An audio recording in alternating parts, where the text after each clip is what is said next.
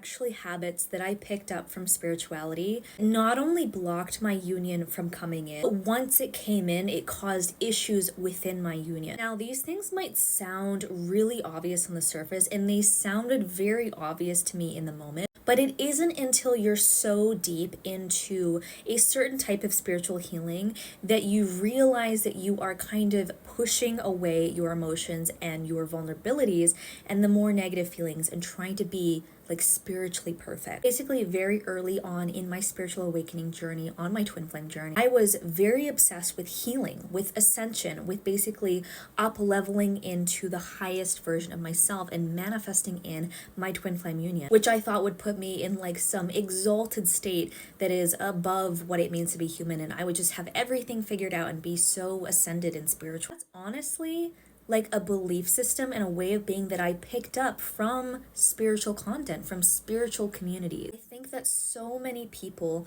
end up turning to spirituality because it's a way of giving relief to the pain and the trauma that we have experienced. But unfortunately, the shadow side of this, and there are many positives, the shadow side of this is that you can get into a space where you are using spirituality to bypass your negative emotions, to bypass what it means to be human. You're just chasing the feeling of feeling perfect. You're chasing the feeling of feeling good all the time. And this was a huge issue for me when my union manifested in the physical. Because what you have to understand is about a high level connection, like a twin flame connection, especially when it's physically grounded, is it's going to be very triggering for both people because it brings up your old trauma. But not only that, it's such a deep connection that if you in any area are being inauthentic with yourself, if you're not being vulnerable, if you're not expressing your emotions fully, if you are masking, or if you're using spirituality to bypass your emotions,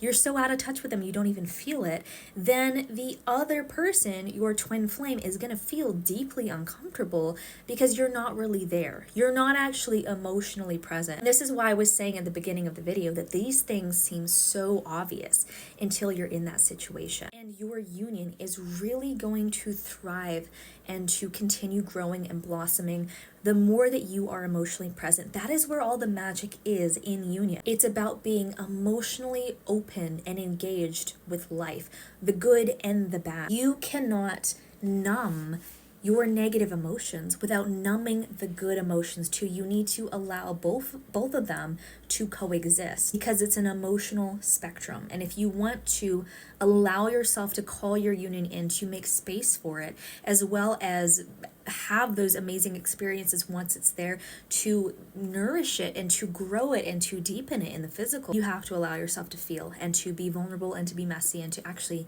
be yourself. If you feel like you can identify with spiritual bypassing, or you want to manifest union from this healthy, grounded place that really accepts all of your humanity as it is, I made an entire free masterclass called The Energetics of Union that support you through this process. You can watch it from the link in my bio, and of course, follow for more.